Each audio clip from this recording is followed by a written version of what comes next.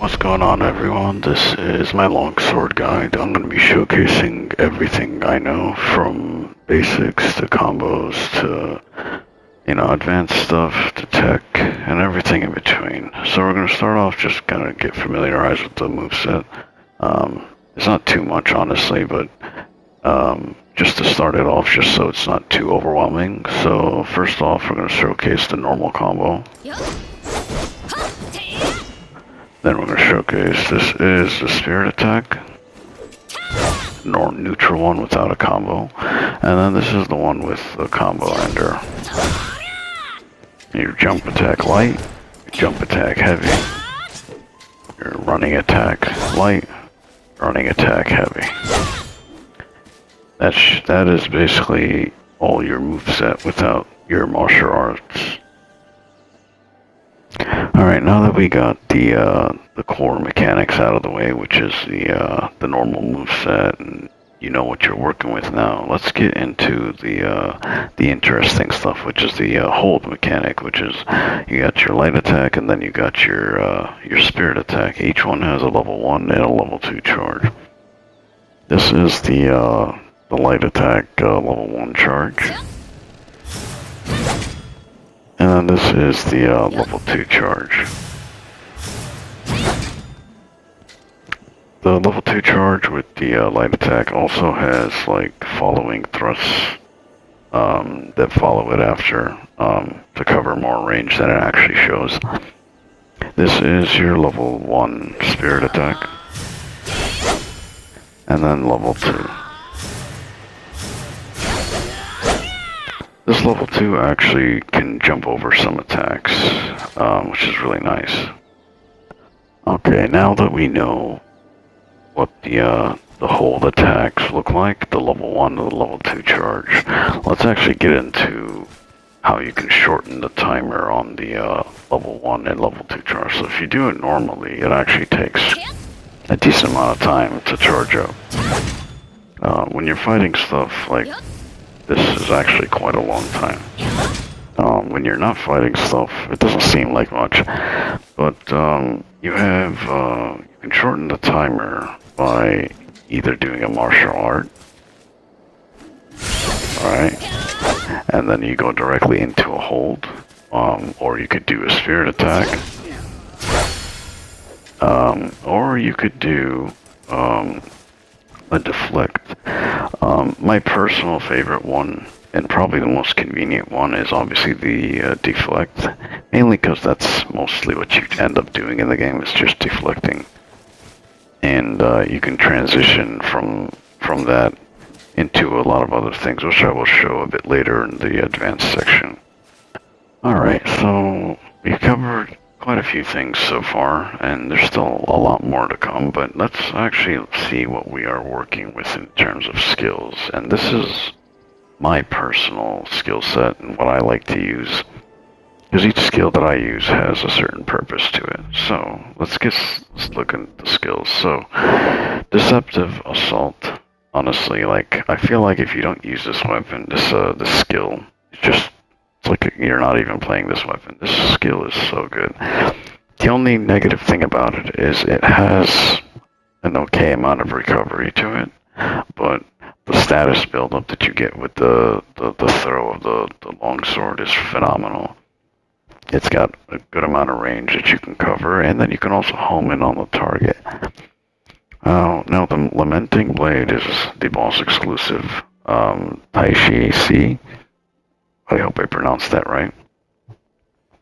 And it has it has chill status effect built into it. It does a ton of spirit damage. It does a decent amount of damage too. And it's a multi-hitting attack, and it has a nice AoE effect to it. So like, it's not only just gonna hit like literally straight, it has like a decent like horizontal radius of an attack, so it's pretty good. Reactive Slash, I mean, it's literally just what the name is called. I mean, it's your parry. I mean, the parry is really, really good, and you can cancel the parry decently early, and with deflect and then hold block. There's a lot of stuff you could do with it. It does a decent amount of spirit damage too. The next one will be Great Wind's Blow. This move's it's just too good. It's a really good crowd control if you wanna like charge it up, and the radius of the charge, a fully charge, is insane. And then even the quick one, the instant usage is actually really good and quick too. And then the last two, Celestial Prestige. You can use this as a jumping attack. You can kind of kick off someone and then use it in the air. You can use it after grappling like the demon style enemies or some bosses also. To stay up in the air a little bit more, but also it's also nice because it comes down and then it does a 360 spin, so it covers your back. Sometimes you'll obviously get hit because it depends what the enemy is doing. And then finally, one of my personal favorites, and it's nothing even fancy, it's just, this is such a good, like, close-up, follow-up combo, and it also does a pretty solid amount of spirit damage, and it's really, really quick, and you can cancel this pretty early, which is really, really nice. So that's basically what I'm working with, and that's about it for the weapon. Okay, now that we understand like what skills we have and what we're working with, now it's time to get into the more interesting stuff, which is like the advanced stuff. So like you have, as we reviewed earlier, you can reduce the charge time of your level 1, level 2 after doing certain things. So that would be, as a review, it'd be either martial arts, doing a martial arts, doing a spirit attack, and then doing a deflect. So after any of those three, if you hold down one of your either light attack or the spirit attack, you'll transition into whichever one you want, and then it'll reduce the charge by a lot. I think it's roughly half or something, but it's a decent amount. So what we're going to get into right now is what I figured out initially when I started playing this. Like the first couple of days, I stumbled upon this technique that honestly is just game-changing for me with this weapon, and now I will be able to show it to you. So essentially what it is after, I mean, you could do it after any of the three, but it is much more fluid and consistently easier after a deflect. So what you'll do is you'll deflect, go into a hold stance, and then you'll flick the analog stick twice in any direction you want. So if you want to go forward, or you want to go back, you go right, you want to go left. But the reason I flick the stick twice is because what it does is after deflecting, you go into the hold stance, whichever one you want. It'll cancel the transition to a degree, and then you'll do a nice quick step to the side, so you can kind of go weave around like an enemy or something. It's really, really good. Alright, so now that we've covered that technique, let's show it in action.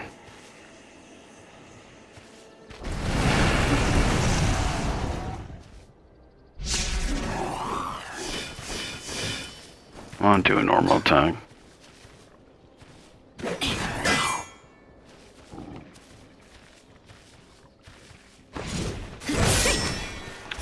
See how I got around him? And by the time he's able to do anything, he's already turned, like he's looking the other way. You can use this technique, so again, just to review. You deflect, then hold the stance down, and then flick the stick twice. Like that. And you can use that to your advantage. And it's really, really good.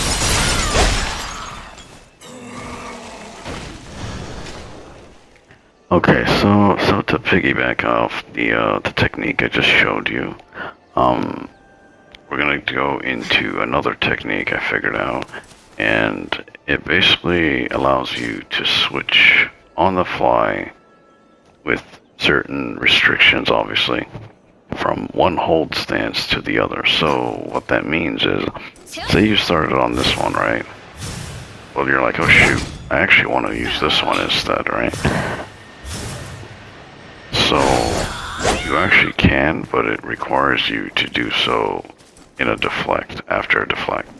So how you do it is you basically start your charge. Say you're fighting an enemy doing the technique I just showed you with the quick step. Then during the quick step, after your quick step, say you're getting ready, you're in this stance to dodge and attack, right? You know, you move the stick to whatever direction you want. Your character is going to do the deflect animation. During that deflect animation, if you switch your button inputs to the other one, so instead of, like, for me, it would be square to triangle, right? Square is obviously this, triangle is obviously this. During the deflect animation itself, you can switch to the other button, and then it'll keep the charge level of whatever you had, level 1 or level 2, and then you could do that. And it's such a phenomenal skill combo that you can do. So, you know, you say you're deflecting. Let's just for simple terms, let's just say you're fighting the tiger, right? He does the flurry attacks, right? And then, you know, at first you're dodging him with this, right? But then, like, you know, he does his punches, the 7 or 8 punches, and then at the end, as you know, he has a mix-up where most of the time it's either an input read, but sometimes he'll do a backslash and then run away. So say you parry the last attack, and the one where he runs away, but you were already in this triangle stance. So you'll deflect that one, quickly switch to square, so this way, instead of waiting for him to come back, you can actually chase him down with this. There's a lot of utility you can use this stuff for, and it's honestly super fun to do. It takes a little getting used to, but honestly, it's such an awesome technique, and you can do it too. Now that we've explained how the stance transition from this one to this one, or vice versa, let's actually showcase how that would look in combat.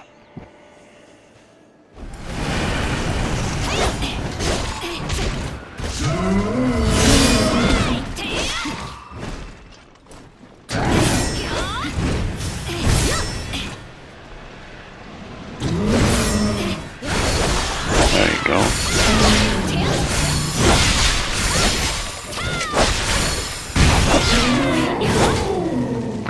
There we go. So I held the stance, I switched when he did the sweep, I deflected that, switched to triangle, and then got the level 2 charge. It doesn't take long to get level 2. Like, it's really quick. But yeah, that's how it looks. Okay, so now that we understand the quick step, I'm gonna kind of show my recommendations for approaching a target, like, and quickly engaging in combat. So what you want to do is, like, so you're going to also have to keep in mind that if your weapon is sheathed, you'll get a different attack versus when it's unsheathed. So never do the running spirit attack. It's terrible. It's got way too much recovery and you'll get smacked out of it. The best one obviously is your running light, the thrust. This is really quick. You can even outframe a lot of the guys that have, like, the glaives and the halberds that have their own one frame attack like that. So you'll have a couple things that I found that you can do, and I'll showcase them in a little bit. So you could do a running attack with your weapon unsheathed, because if your weapon is sheathed, it'll look like this, which is equivalent to your normal attack. But you don't want that because you want the forward momentum range. So you could do that into a hold, but you want to pause a split second into the hold. So like you'll do the running attack, pause slightly, hold it to hold the button down, and then flick the stick twice. So let me see if I can get this. This one's kind of tricky to do, so I'll probably mess it up a bit. But it looks like that was the wrong input. Like that. That's what it would look like. So if you screwed up, it would look like how I first run. And then the easiest transition would be to do running attack into your spirit hold. So running square into triangle. So it would look like this. That's like the most cleanest transition. And then the other one, it would be, the last one would be the jump attack, like this one. You could do that also into a hold transition quick step. Like that. So those are the last bit of things that I wanted to show in terms of like utilizing everything we've shown so far. Alright, with all that's been shown, that's everything that I wanted to show and have to show. So the rest of the video is going to be me showcasing everything that I've shown here in the video, the tips and tricks. And there's going to be some enemies, a few from the DLC, and then some random enemies that just using the longsword, showcasing potential, and just some fun stuff. So get practicing, and hopefully you all can do the same, if not more. And I want to thank you all for watching, and enjoy the clips.